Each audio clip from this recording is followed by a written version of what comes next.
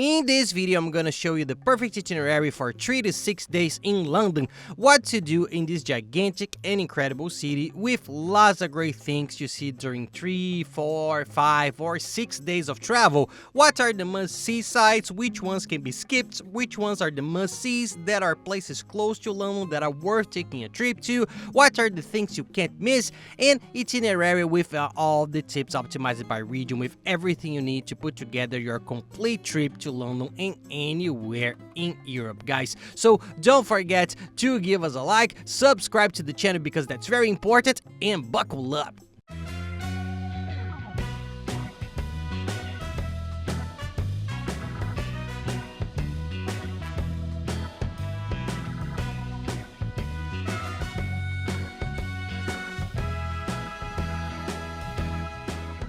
Hey guys, for those who don't know me, I'm Gabriel Lorenzi, creator of the Grupo Dicas, the largest travel content network in the world, and today we're going to talk about London, itineraries of 3 to 6 days in London. How do you get to know this huge city? There's so much. In just a few days, what are the ideal days? How many days do you need? How to get around the city, where to stay, where to buy tickets for everything. There are tips for everything here. You put together your entire trip here with this video. So let's go, stay tuned, and buckle up.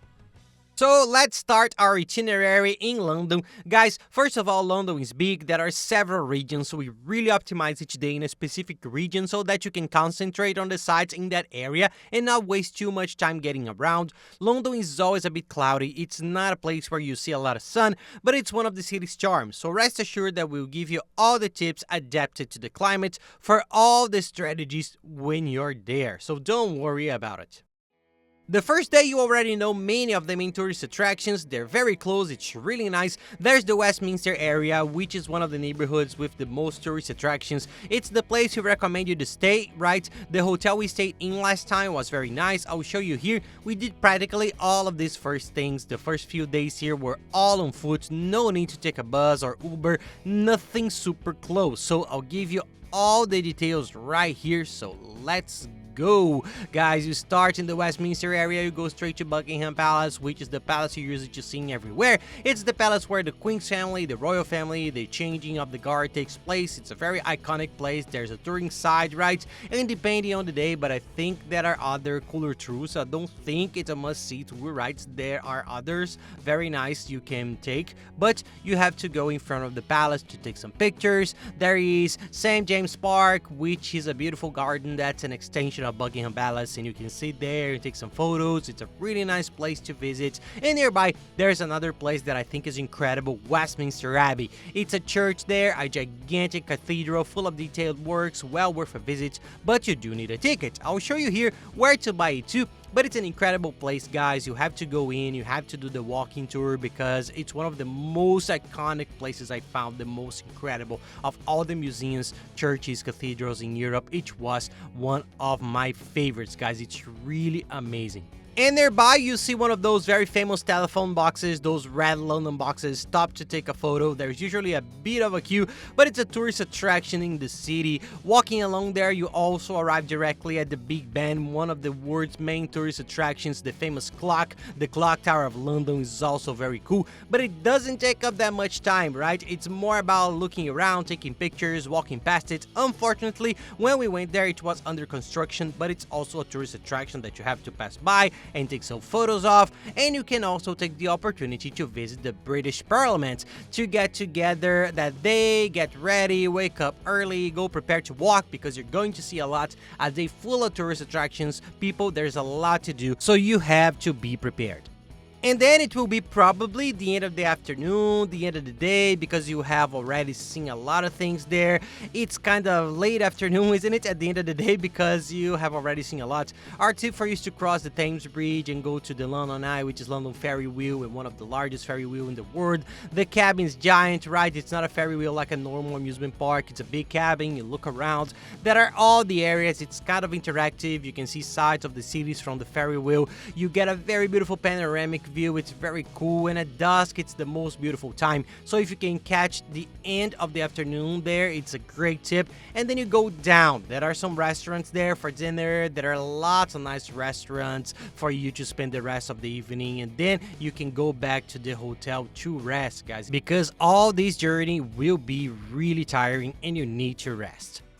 So guys, all the attractions I've mentioned, most of London's attractions require tickets. You have to buy the ticket and you have to buy it in advance. You can't buy it on the spot because there's a lot of queuing. There are people who spend 12 hours queuing there and it's more expensive. You can buy everything in advance, pay less, and save on the fees. Down here in the description of the video, I'm going to leave an organized link with a page of ours, which has all the websites and links there that we use it to put together our entire trip. So there's this website, which is a huge website for tickets, tours and excursions, with all the tours, tickets at the cheapest price we can always find. Companies that pick you up from your hotel. When it's a ticket, you can get it without queuing. There are tours for excursions near the city, the transfer from the airport to the hotel, which is cheaper than a cab and safer, so you don't foul full of cab drivers. A very good website. I'm also going to mention the travel chip and travel insurance, which is mandatory for almost all of Europe, and it's very cheap. The website compares, that's it. It finds prices at half the price, car rental for those who want it, the hotels we stayed in London, in all the other cities in Europe, how to find the hotel in the best location, the global account so you can take your euros, pounds, whatever currency you're going to in Europe,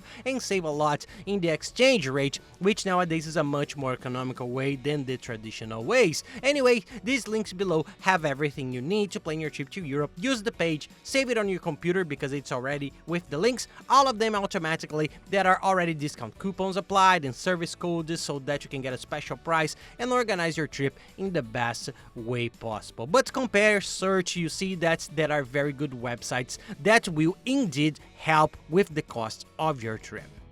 On the second day in London, we went to the Tower of London, which is still closed but a little further away. So at the beginning of the day, I recommend you go straight to the London Tower, as it was called there, which was once the residence of several kings and queens of England. It was a castle, a tower, a fully fortified tower. It's a very old structure, very nice for you to see and experience all the history there, and it has a guided tour and you need a ticket. I recommend that you go to the website I mentioned. It has them, it sells them, it's very good because there are the crown jewels there. It was a very nice tour that they leave on display there, the crowns, the jewels, very jeweled, very movie jeweled, so it's very nice. It's a nice tour, and the history too. The guide will explain it to you, he'll teach you. It's very nice. It's really an amazing historical experience. So it's not to say that I'm talking about going into everything. There's one that I don't think it's worth it if you have to choose between one and another. There's London Bridge, which is the Tower of London. It's the Tower of London Bridge is the Tower of London. London Bridge. London Bridge is beautiful, but it's much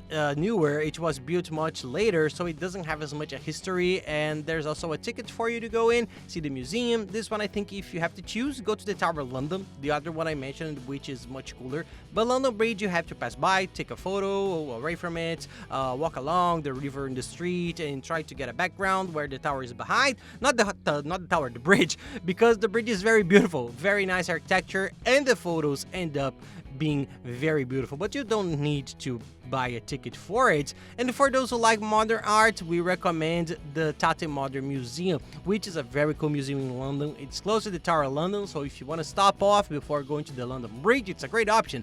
And it's a very nice museum with lots of works by very famous artists. It's nice to visit for those who like arts people. For those who don't, focus on the tourist attractions. I don't think it makes much sense to stop at the more specific art museums if you're not really into art. Crossing London Bridge, a good tip is to go straight to St. Paul's Cathedral, which is one of the most important cathedrals in England. It was rebuilt to be the base of the Anglican Church, and its dome is one of the largest in the world. So it's a church with a very strong history. It's worth a visit. It's very beautiful, and at night you can enjoy a bite to eat there, visit the pubs. The area is very pleasant to walk around. Take a few hours to walk around, go around the river on these bridges, which is a very nice sight. The city is all lit up. There was one restaurant we really liked, James Oliver's 50. We thought it was very nice and it's very clean and modern. The chef is very good, the food is very good, and this is also a tip for anyone who likes good food on their trip to replenish the energy, and that's good, right? Plenty for the second day. It's always good to replenish your energies and eat good food because this is amazing. It's good English cuisine. For the third day, I'm going to give you two options.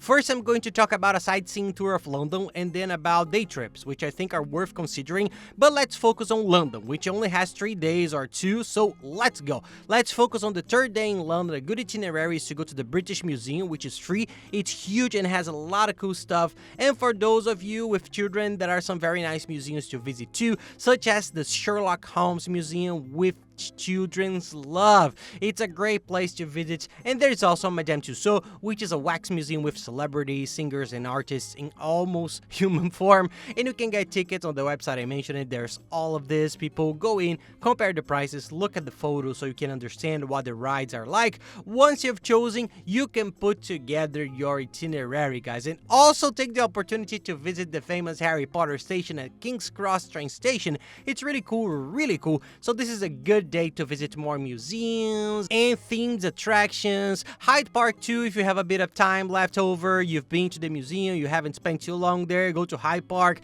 It's a beautiful park and well worth a visit. It's one of the largest parks in Europe, and it's similar to Central Park in New York. It's like Hyde Park in London, so it's a place with a lot to do. That's for those who have 3 days. For those who have 4 or more, another suggestion I'd recommend you add, or if you only have 3 days, take out the third day and add this tour instead, would be to take an extra day to do some sightseeing around London. One that we think is sensational, lasts all day, and they pick you up from your hotel, which is sensational. We bought it on the website, check it out, it's really cool, which is the tour and excursion to Windsor Castle. Stonehenge is sensational too, the energy there is surreal, and Oxford. You visit 3 incredible places and they'll pick you up. The event was super cool. It was a minibus, super cool, strategic stops to take photos. It was a very nice day, very enjoyable, and you get away from the madness, from the grandeur of London, the big city, and enjoy more peaceful and beautiful landscapes and sceneries. If you have 1 day to spare, I highly recommend that you include these attractions in your itinerary.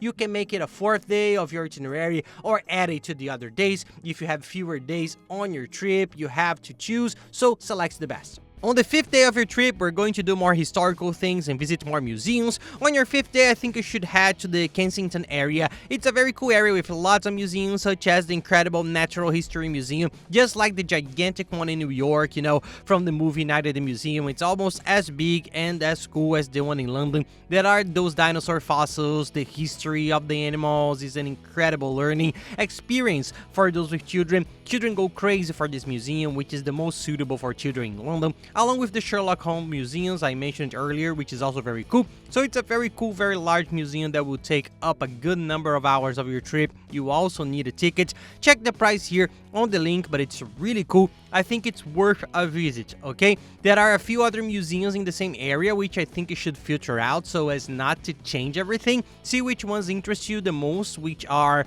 the Science Museum, which is very, very cool. It's very amazing, super interesting, and there is one that I think is really beautiful, which was one of the most beautiful museums we've ever seen, which is the Victoria and Albert Museum, which is also decorative art, English designer, and it shows all this part of history, the design culture of England, of the Queen. It's really cool too. I thought it was quite different from the others. It's not such a traditional museum, so it's nice to visit. When you leave there, it will be late in the afternoon, so take the opportunity to walk around, set aside a few free hours in your itinerary to go out. It's worth it. Take your time walking the streets. If you want to see a store or something cool, just walk, because London streets are really cool. There are lots of busy avenues. It's a city that doesn't stop very early, doesn't go to sleep very early. It's very busy, and the lights are beautiful at night. At the end of the year, it's all decorated with Christmas lights, so take a look, but leave a day free to wander around. On the 6th day, I'm going to give you 2 options, right? So you can choose one or the other, or if you have 1 more day to add, you can do both too. The first is easier. It's a very nice tour for Harry Potter fans. There's an excursion, which is a tour of the Warner Brothers studio, which shows you all the scenery, all the history, with very nice guided tour of the Harry Potter studios where the movie was filmed. Those of us who are fans say it's a sensational experience. We didn't get to do it on the day. We couldn't go. We were a bit busy with other things recording, but it's a tour that everyone everyone speaks highly of. It's a nice option for you to put on the website here. There's the tour that picks you up at your hotel, takes you straight there. It's very quiet, very quick. It's very simple, very easy, very nice for those who aren't such a big Harry Potter fans who don't need this tour. I suggest that on the 6th day you set aside for shopping. Gabriel, I don't want to shop, I don't want to spend, but just wander around the stores because you see that the malls are tourist attractions of their own. The streets there are very cool. I'll give you some tips here of the places I found the most beautiful and coolest for shopping, which is the Westfield Street for City, which is the largest mall in Europe. It's gigantic, guys. There are over 250 stores. It's very beautiful. It's worth a visit. It's a mall with everything. You can spend the whole day there and you won't be able to see all the stores. The streets that I thought were really nice, where you can walk around, have some coffee, a beer, and they are Oxford Street, which is really nice, Oxford Circle, and Regent Street. These are really nice streets with lots of stores dotted around and lots of nice little things. Ice cream, you can get it on foot. You find it's very tasty. There's another store, people, which is like a shopping mall, Harrods. Harrods is huge. It's a department store. It's almost a mall. It's super pretty. It's worth it. Either that day or one of the other days if you left early, finish your tours at 4 or 5 in the afternoon. Go there. If you want to go shopping, take a look at the stores. It's a very pretty place. There's a place to eat. There's a restaurant inside. Little things for you to get some coffee, a croissant, something like that. But it's a really nice walk. It's a beautiful place too. And if you're in doubt about what to combine with London in your itinerary, Paris fits in perfectly. I'm going to make the next video for now about France and England, which is 6 to 7 days in Paris and 6 and 7 days in London, which is very cool. We had a sensational trip. There's a train that takes 2.2 hours from one place to the other, so if you're still having doubts, watch the video. I'm recording a huge series of videos of itineraries in Europe, putting this country together with that, Greece with Italy, Portugal with Spain, various combinations, which are the tourist favorites, to try and help you put together your itinerary. And that's it, guys. I hope you liked the video. If you like it, please don't forget to give us a like and subscribe to the channel because it really helps us a lot. And don't forget to check out the other videos, which are very good. I'll leave the 2 most important ones up here so that you can plan your entire trip to England and Europe in the best possible way. So that's it, guys. Thank you very much and have nice trips.